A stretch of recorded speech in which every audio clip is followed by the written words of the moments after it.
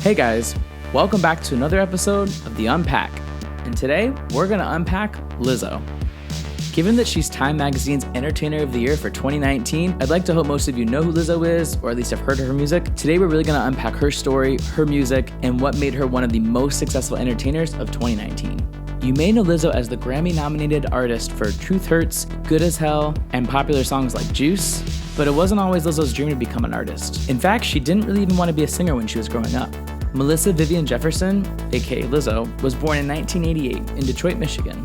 Growing up, she wanted to be a writer or a scientist, and it wasn't until 6th grade when her music teacher asked her if she wanted to play an instrument. Lizzo was really inspired by music originally just to play a marching band. Lizzo said in many interviews that this instrument chose her. The instrument, of course, I'm talking about, Sasha flute. As noted by many musicians, the flute is very hard to master, and Lizzo took this upon herself to truly become one of the best flute players. She originally wanted to play in a symphony. She also talks a lot about how in marching band, as a kid, she was one of the cool kids. Later in high school, she was made fun of a lot for being a band nerd. But it was marching band that not only originally sparked her interest in music, but also her ability to connect with other musicians. She formed a ton of girl groups, and in those girl groups, she says she really started to define herself as the artist that she is today, Lizzo. One of her first groups that she created when she was only 14 was called Cornrow Click. At the same time she created Cornrow Click, the Jay-Z song Izzo was really popular. It was this time that she started messing around with her name as Mio, Lizzo, and finally Lizzo. Going into college, Lizzo started at the University of Houston on a music scholarship. And then sadly, her father passed away shortly after. And she talks about that being one of the darkest times of her life. She not only quit playing the flute, she quit rapping, and the way that people treated her, especially from high school, it really caught up to her. Somehow, Lizzo was able to get over her almost depression, and she ended up moving into Minneapolis. She'd heard that there was a really busy music scene in Minneapolis, and she decided to take a chance and move out there. Back to her girl group roots, she formed another girl group called The Chalice, and shortly after, Girl Party. Girl Party is when Lizzo really started to make a name for herself, and she even wanted to get involved with recording her own album. She was interested in working with Laserbeak, who was a really well-known Minneapolis producer, and from there, she released her first full album, Lizzo Bangers, in 2013. Now that Lizzo had her own music out, things really started to pick up for her. So much that even Prince reached out to her because of how much he loved her. In 2014, Prince asked her to be on his record, Boy Trouble, on the album Plectrum Electrum. After working with Prince in 2014, she appeared as a musical guest on The Late Show with David Letterman. And it's so interesting watching her because it's like current day Lizzo mixed with old school rap Lizzo. Preach! Look up, don't let really pass you. These people is blessed like cashew. Wouldn't wanna be blessed like Andrew. Mean I have time like clockwork. All in all, and what it's worth from the fact that I wrote this in a skirt. It's like we don't even have to try. Yo, I'm burying y'all alive. We'll show I'm bleeding in the hive. Queen bee, I want that honey. And you'll be. It's really interesting to see how much she's grown and changed and really even tried different ways of making a name for herself, but that all led her to where she is today. The following year, she released her next album, Big Girl, Small World, and began touring, specifically at the beginning with Sleater Kinney. She released a single called Let 'Em Say in 2015 with the artist Caroline Smith, was even featured at the season 3 premiere of the show Broad City, which is one of my favorite shows. I had no idea.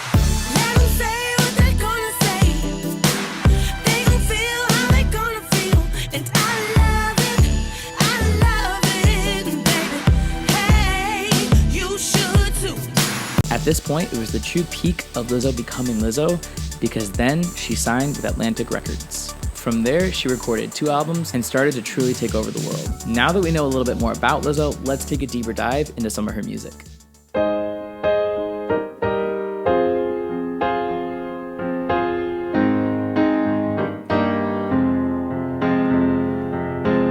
So Good as Hell was one of the first songs from Lizzo that I'd ever heard, aside from that Broad City song that I had no idea was in the premiere. And this song was the lead single from her first album, Coconut Oil, which peaked at number 44 on the US top R&B and hip hop albums. Lizzo's all about body positivity, loving yourself, accepting yourself, and this song was really true to that. Not only is it such a happy, good feeling song, but it truly talks about picking yourself up off the ground, moving forward, and moving past anything, especially a breakup.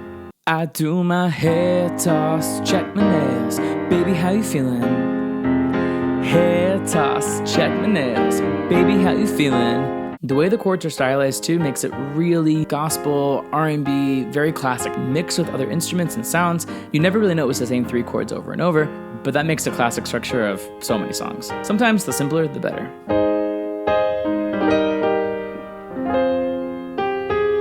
Now, although this is one of her bigger songs, it wasn't as successful at first. After Lizzo really started to get popular, the song started to blow up. Not only did she record a second music video, but she re-released the song with Ariana Grande. The Ariana Grande version includes an additional verse and a revisited chorus with the two singing together. And do your head toss, I'm feeling good as hell. Good as Hell was actually written for the 2016 movie Barbershop: The Next Cut. Lizzo co-wrote the song with Ricky Reed, who's known for working with 21 Pilots, Meghan Trainor, and Jason Derulo. She then went on to work with this producer for The Truth Hurts. Feeling good as hell. I'm feeling good as hell. Baby, how you feeling? Feeling good as hell.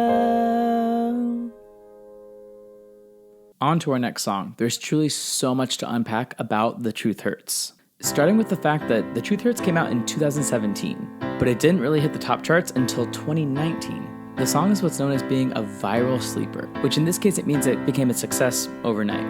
Not only was Truth Hurts really popular on TikTok, but it was also featured in the Netflix show Someone Great. From there, the song truly just continued to take off. Not only is this Lizzo's first #1 song, but it also became the #1 leading rap song by a female artist unaccompanied by anyone else, surpassing Cardi B's Bodak Yellow, Iggy Azalea's Fancy, and even now has 110 million views on YouTube. What's also really cool is that Lizzo has now become the first black solo female R&B singer to claim a #1 spot on the Hot 100 since Rihanna's Diamonds, which was all the way back in 2012. So let's take a deeper dive into the song. It starts off with that really iconic piano intro.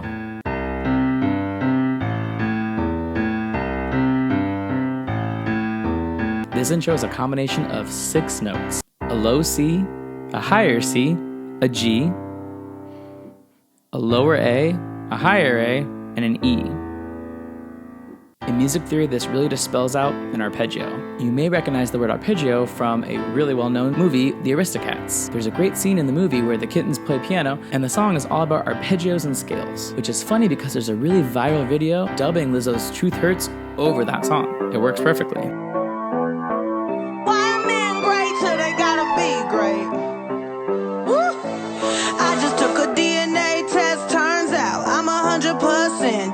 With the same idea of good as hell and really a lot of pop, R&B, this song uses that progression the entire time. You hear that arpeggio over and over. You coulda had a bad, non-committal, happy with your career, just a little. You supposed to hold me down, but you holding me back, and that's the sound of me not calling you back. One of my favorite things about artists when they perform live, though, is when they try to mix things up a little bit. That's very true to this song. Lizzo does a couple unique things in a live performance of this song, especially adding some riffs and some more vocal medleys, and that kind of adds a little bit more to the song. Fresh photos, Truth Hurts needed something more exciting. Now, just like any successful song, the more chances of copyright issues, people coming forward claiming that a song may be theirs, a medley, a lyric. This is truly the case for many artists nowadays, especially new artists. There's a ton happening with alleged copyright infringement with this song, and although Lizzo took action to resolve some of the issues, she's still working through some of it with some of the artists. One of the first artists that came forward to Lizzo about the song, Mina Lioness, and she claims that she wrote the lyric, "I just took a DNA test, and I'm 100% that." The allegations being made are actually backed up by a tweet that the artist posted. And to Lizzo's defense, especially since this happened before the song was written, she claims she heard the quote from a meme. And from that meme, she then took it and put it into a song. And now on the opposite side, when Lizzo was working on a demo, she was working with 2 songwriting brothers, Justin and Jeremiah Reason, when they wrote a song together for a demo that was called Healthy. So shortly after, on October 23rd, 2019, Lizzo posted officially addressing the issues and what she would be doing going forward. She did address that in 2017, as she was working on music, she saw a meme with that quote that really inspired her. She also addresses that she would be sharing her success with this artist who posted this tweet. She then, however, goes on to acknowledge the 2 brothers during their songwriting session and that she would not be sharing her success with them. One of my favorite parts about this post is when she says that there was no one in the room except me, Ricky Reed, and her tears. Deep. So in my opinion, good for her.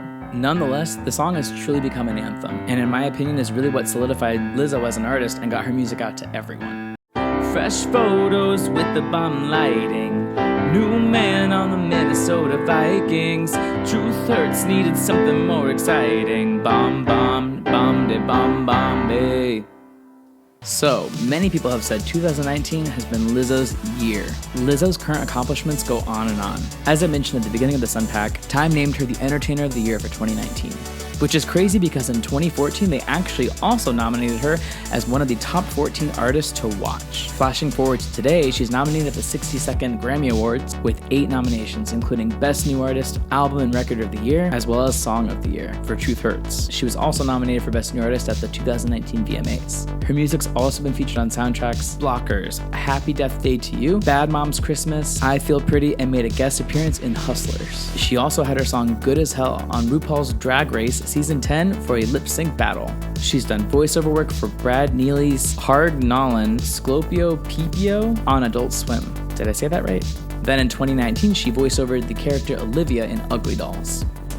She's also played at Coachella, and she made her SNL musical debut with host Eddie Murphy. Lizzo's truly done so much in such a short amount of time. Finally, one of the most important things that Lizzo has brought to us has truly been the message of loving yourself. Being someone that talks about body positivity not only in interviews, in music, and at her live concerts, in addition to loving yourself exactly the way that you are, is one of the biggest things I think Lizzo fans love her so much for. She said in an interview that people should naturally be body positive, and that body positivity is something that should be built into our culture. She also relies on the importance of speaking nicely to yourself.